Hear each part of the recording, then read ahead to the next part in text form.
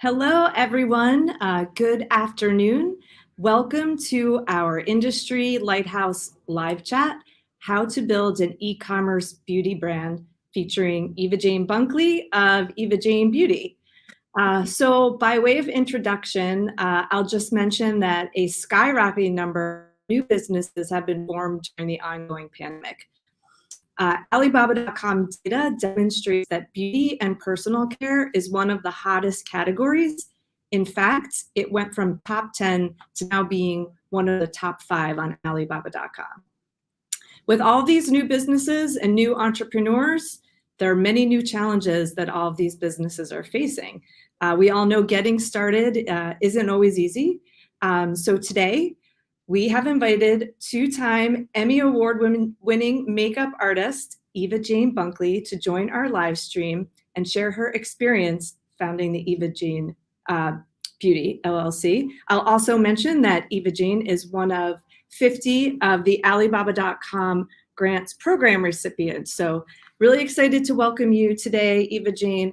Why don't you start off by sharing the story of how you started your business? Well, first, thank you so much, Kate, for having me. This is such an honor. Being able to share my beauty story. It started almost 30 years ago, actually.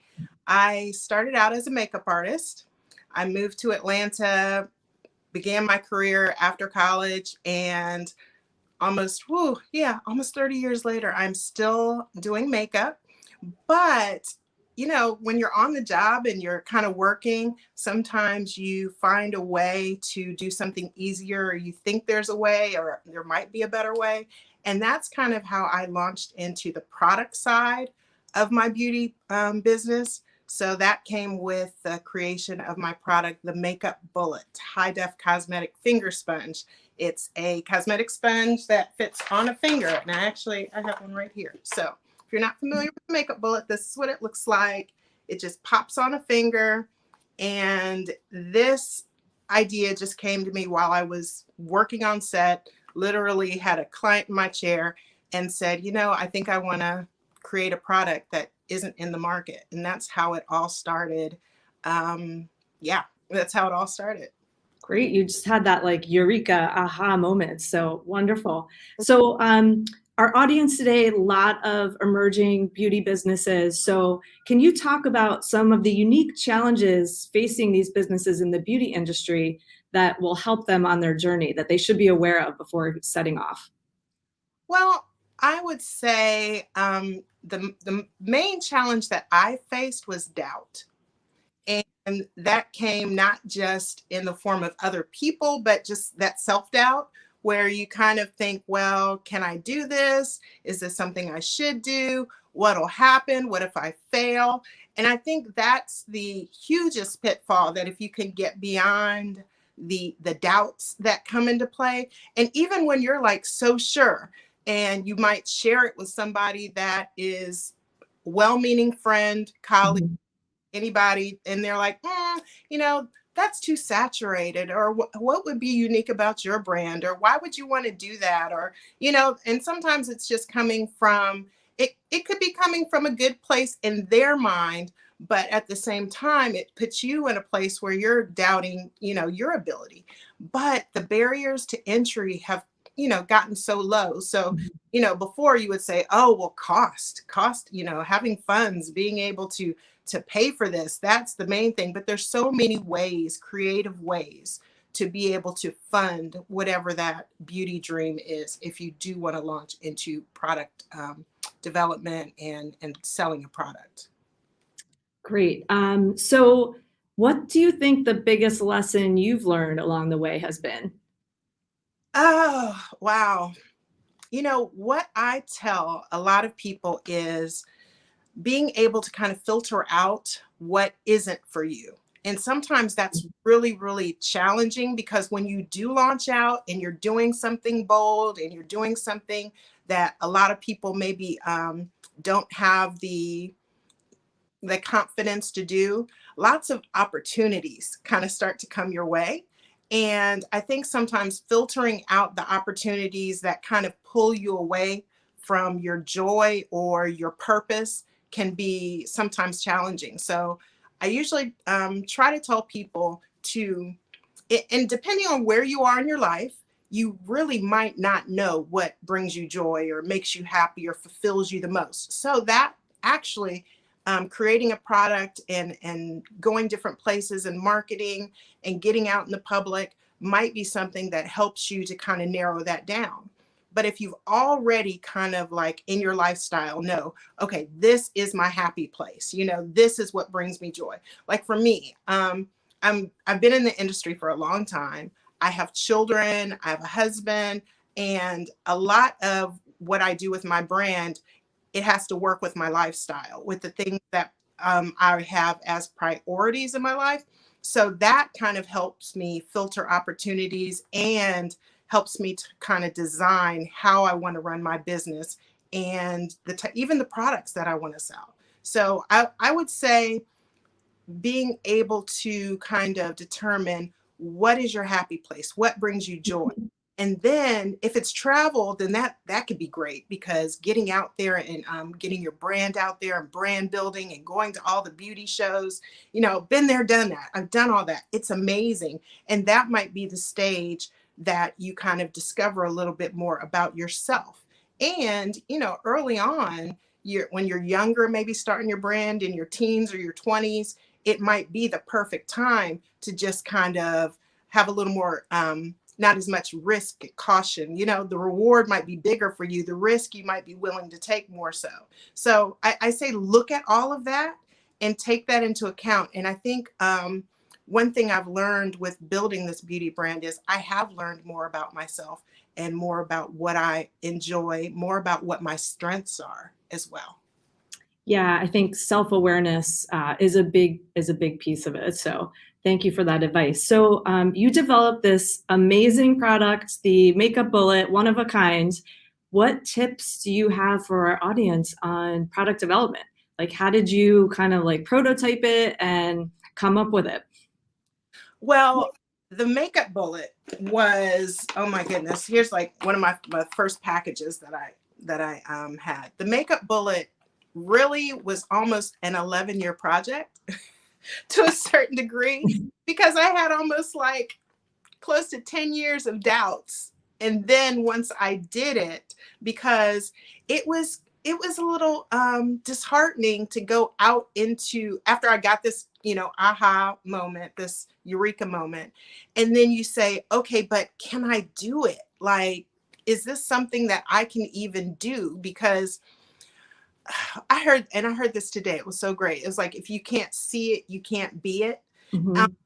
and I was telling my kids, I said, you know, that's very true for a lot of people. If you can't visually see something, it's really more challenging to say, oh, I could do that. But if there's like an example, if there's something that you could, it's like, oh, it's been done, I can do it. So with the Makeup Bullet, it was just so challenging mentally to a certain degree to say, is this something that I can even do, because it hadn't been done. But the beautiful thing is it hasn't been that way necessarily with all of my product line, because I've been able to leverage the power of Alibaba.com to expand my product line. Creating a product from scratch, patenting, trademarking, Mhm. the patent process, you know, it's a good year plus in itself. My design development process and getting it tweaked was over a year with the Makeup Bullet. Finding the manufacturer, that was like a beast in itself. And finding a manufacturer who could do it, but would do it for me. That's Right. another challenge, because a lot of manufacturers don't want to work with small businesses, because they say, oh, well, I don't know if you're really, you know, in it to win it, if Right. you're around, if we should even change our resources or divert our manpower away from doing what's already working for us, Right. your maybe, shoulda, kinda, might thing. I don't know. So it took me a long time to even find a manufacturer that would make my product. Yeah, that actually leads to my next question. Like, what are the qualifications you're looking for in a supplier, and how do you find that like perfect match for your business? Yeah. Ooh, well, I mean, one thing that's been just helpful has been the platform of Alibaba.com, just because the suppliers have already been vetted to a certain degree. There's a lot of information on what they've done, their certifications, who works there. You might even be able to see a tour of the facility.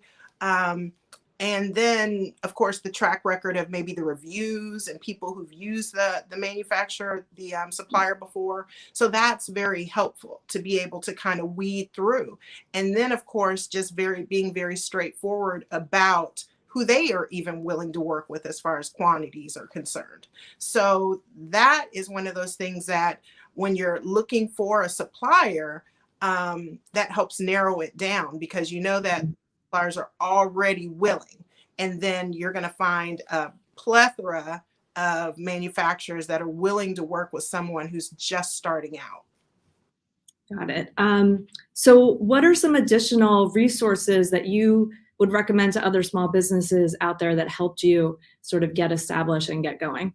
Definitely. So I really, really recommend becoming involved with small business cohorts that are in your local area, because it really, really helps to have a community of people who are in the same space that you're in. They might not even be, in the same industry as far as like beauty, but lots of small businesses have, just shared kind of challenges, issues when it comes to starting out. And there are lots of resources that, for instance, the incubator program is just alive and well in this day and age. There's incubators everywhere. So I suggest trying to find an incubator perhaps that you could get involved with. And with that usually comes coaching. It usually comes with some type of governmental agency that comes along, like with the SBA, Small Business Administration, or the Small Business Development Agency, or SBDC Council Center, something like that. But usually those incubators will connect you to different resources that are local that will help you. So it might even be like, for instance, lots of them have pitch competitions. So Yeah. grant money usually attached to those incubators. Case in point, the Alibaba grant that I won. That's been wonderful when it's come to expanding my line. I'm sure you're like, that's a question I'm going to get to. But I think local, and then a lot of those, what they are is that it ends up, just where we are in time now. Lots of those incubators are going to be connecting you to people in other regions. And that can be great as far as just, you can't know too many people when it comes to business, I believe. You can pull on different things. And then sometimes those people are willing to like share their services or whatever they can do to help you, and you can swap strengths for weaknesses and vice versa. Yeah, it's so interesting. Have spoken with so many of the Alibaba.com grants program recipients, and the importance of community in terms of building their business and being successful cannot be underestimated. So thank you for those recommendations and those tips. It's definitely, people need a lot of help in their journey. So switching gears back to the beauty and personal care category. So a few days ago, Alibaba.com attended Cosmoprof with some of our leading suppliers in the beauty and personal care industry. During this trade show, we talked about some of the top beauty trends emerging and expected in 2022. And I wanted to pick your brain on this topic. And what are some of the top trends you're seeing that are worth our time and that we should take note of? Ooh, that word to me sometimes is a bit scary, the whole trend word when it comes to beauty. Trends can be great. Trends can, move product, that type of thing. When it comes to beauty, have always been more the trends that you can't reverse. Those are the ones. The trends when it comes to it's skinny eyebrows this year. Mm-hmm. It's, cut a little chunk out. And, those are the types of things when it comes to like beauty trends. But I've been really, really excited about brows lately, though, because one thing with brows is it's, the big bushy brows with the gels and pomades that make them look even, take up more real estate on your face. The almost like setting lotion, super firm hold for brows. But if you were one that succumbed to the trend that was maybe before and now you don't have as much, then you can get some gel in and just still get that trend look. But yeah, I've been looking at some of the trends. To me, I think with just the plethora of information on how to do your face, even though natural is always in, like natural beauty. But when it comes to say like being able to do some of the looks that only pros could do with the contour and all of that, I saw one trend is just like contouring, but using like not even the bronzer, but the tanner. So like tantouring, like, and I'm sure, with certain complexions that will work. Like with my complexion, it's just not like the self tan isn't really gonna show up on me. I wouldn't think as much. I've never like tried it, but some trends when it comes to things that aren't reversible, those are the ones I'm kind of like, ah. But some of the fun ones like bold blush, like that's bold, bright, pretty blushes. I tried to like turn mine a little bit more today because I'm all about color. I love color. Bold eyes. I've seen some glittery eyes and those types of things. And those are products that I think are fun to have in your kit. And then when you use them up, it's just like, okay, that trend is done. I'm done with that. But yeah, I've always been I love the more subtle trends. Maybe it's an age thing too. It could be an age thing. And then it could be, my niche when it comes to makeup is usually people going on TV for interviews and stuff. It's not like the cool runway stuff. I can just like, ooh, let me try this. So I think maybe that's kind of filtered into like my own style a little bit. Yeah. Great. Thank you for those insights. So we got a couple of questions from audience members that I want to have you answer firsthand. So back to the makeup bullet, how did you price this product appropriately? Like, was it a trial and error thing, or did you sort of get it right out of the gate? Well, that's a great question. Who asked that question? No, so here's what I did with the makeup bullet. I looked at different products that were on the market. I looked at my product, the manufacturing cost. I looked at the future of where I wanted it to go because very quickly I got into international distribution.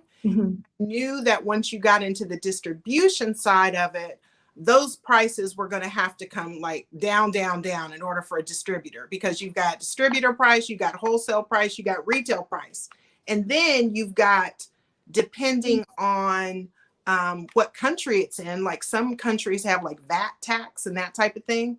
So you kind of factor all of that in. So it is a premium priced product. So what I did is I was like, but you're going to get 3.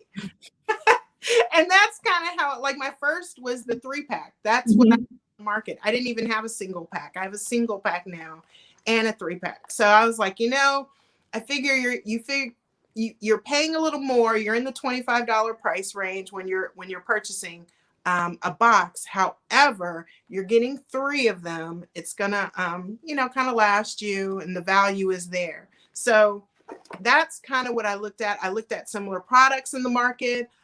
It was my manufacturing costs were a little higher. So it's a US made product. So that was kind of all that I had to kind of think about when it came to pricing. Because at the end of the day, my cut was gonna shrink depending on, where I was selling it and how I was selling it. Yeah, you were thinking about the margins sort of along the distribution chain. Interesting. I tried to build it all in, and the packaging and all that. So you try to build that all in. So did I get it right? I think so. Now, one thing that I have thought about though is a 2-pack. That's like the other thing I've thought about. Like, should I just do a 2-pack? Is that? I don't know, but I'm always like trying to tweak and think and see where Out other different, ways, yeah, other ways to package and bundle the products. So what people need, what they want. Yeah. great. So we have another question. I am just starting out and I have limited resources for my e-commerce beauty brand. What are the simplest ways to develop my brand? Well, I would say you start with perhaps one thing that I didn't do, and that was I don't feel that I got out front enough in my brand. Mhm. And I don't feel that people really knew me. When I was at the beauty shows and at Cosmoprof and at the makeup show and IMATS, people knew it was me. But the general public didn't so much know it was me. To be able to latch on to my vision, hear my passion, hear my story, and then say, ooh, I want to, help her in what she's doing. And when you're building your beauty brand, I think that now that it's important, especially if you're starting small.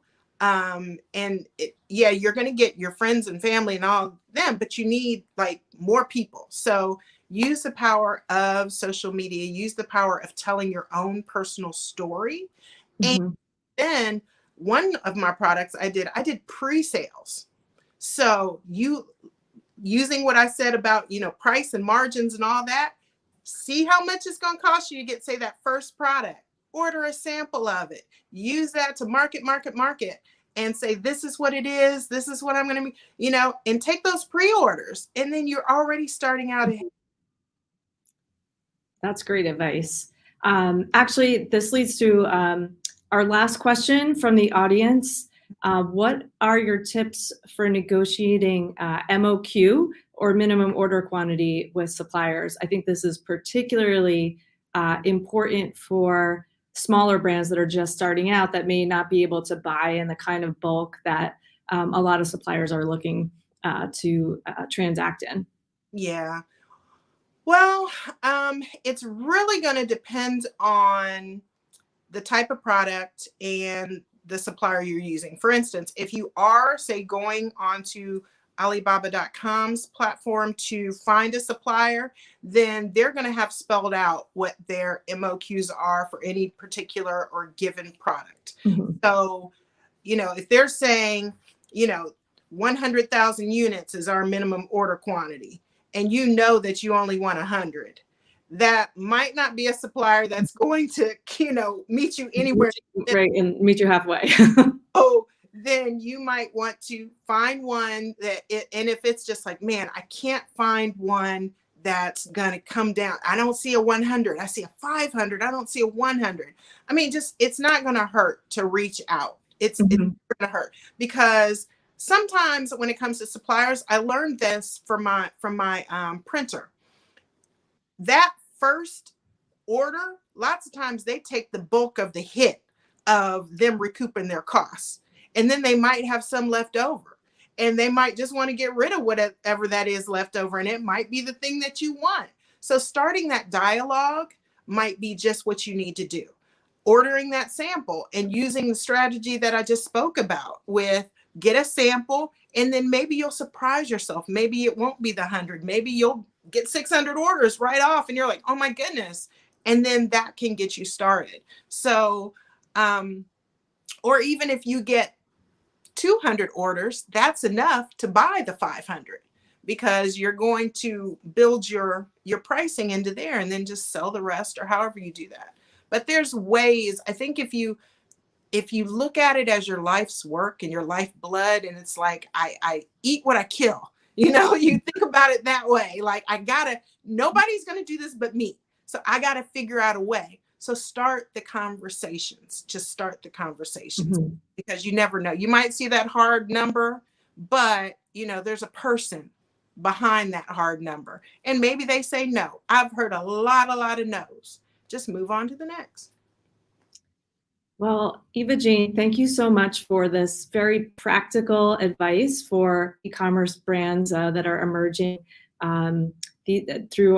as new digital entrepreneurs. So thank you for your very practical advice, and thank you for sort of just the entrepreneurial advice about how to, conquer doubt and know yourself and lean into that. So appreciate the time you spent with us today. And thanks to everyone in the audience for tuning in. Thank you. I appreciate it. Bye.